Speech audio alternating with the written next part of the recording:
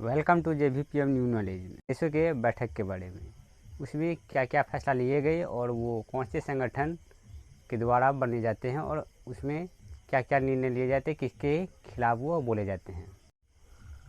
Quad 4 देशों के समूह होते हैं: इंडिया, ऑस्ट्रेलिया, जापान और अमेरिका।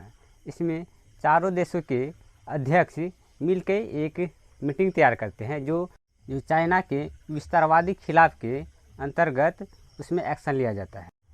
इस बार क्वाड देशों में 4 बड़े फैसले लिए गए हैं। उनमें से एक फैसला है IPEF का संगठन। IPEF का एक संगठन बनाया गया है जिसमें कुल 13 देश शामिल हुए हैं। उसमें इंडो पैसिफिक के भी कुछ देश हैं, जिसमें कुछ को छाटा गया है, उसमें चीन भी हटाए हुए हैं। तो हम उसको बताएंगे कौन कौन सा देश उसमें है। Japan, south Korea, Brunei, Singapore, Indonesia, Malaysia, Philippines, Thailand, Vietnam, Australia, New Zealand, India और अमेरिका इसमें शामिल है। इसके कुछ नियम बनाए गए हुए हैं जो कि इस संगठन में जुड़े हुए लोगों को नियमतः पालन करना पड़ेगा। इस संगठन का मेन उद्देश्य है कि व्यापार को बढ़ावा देना तथा सप्लाई चेन को बढ़ाना। सप्लाई चेन में मुख्यतः चाइना अपने ओर से ही खींचा हुआ है कि वह हर चीज़ का प्रोडक्शन काफ़ी मात्रा में करता है और पूरा का पूरा दुनिया उसी के अंतर्गत आते हैं। यदि वो किसी भी प्रोडक्शन का सप्लाई कम कर देता है तो भारी दिक्कत और सब देशों को झेलना पड़ता है। तो इसके बारे में IPEF में यह फैसला लिया गया है कि चाइना को काउंटर करते हुए प्रोडक्शन लाइन को अन्य देशों से भी करना है।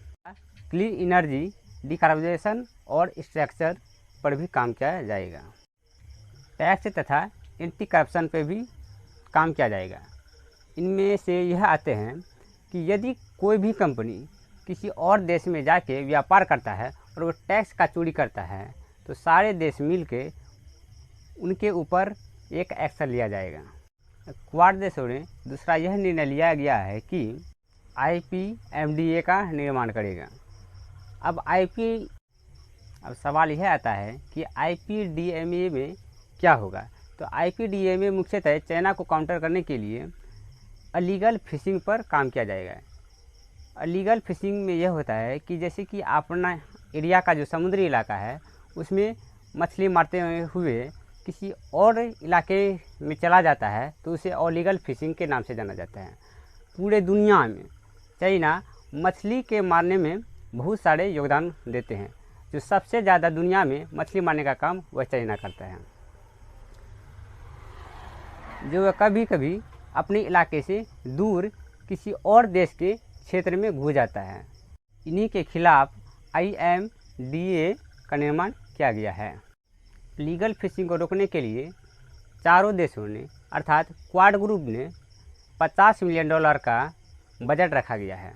उसमें क्वाड देशों की तरफ से एक सैटेलाइट छोड़ा जाएगा जो कि अलीगल फिशिंग के तहत उसमें नज़र रखा जाएगा और इनकी जानकारी जिस देश में अलीगल रूप से फिशिंग का काम किया जाएगा उसको सूचित किया जाएगा ताकि वह उसके ऊपर तुरंत एक्शन ले सके। स्टेम नाम करके एक योजना का परिचालन किया गया है। इसके अंतर्गत विद्यार्थियों को मुनाफा दिया गया है।